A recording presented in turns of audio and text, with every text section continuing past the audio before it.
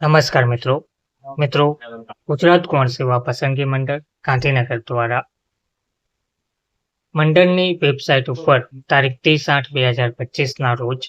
પ્રસિદ્ધ કરવામાં આવેલ અગત્યની સૂચનાથી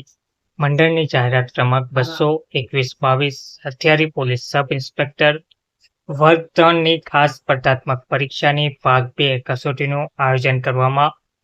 આવેલ હતું, જે 4/9/2025 રોજ સમય 15 કલાકથી 18 કલાક દરમિયાન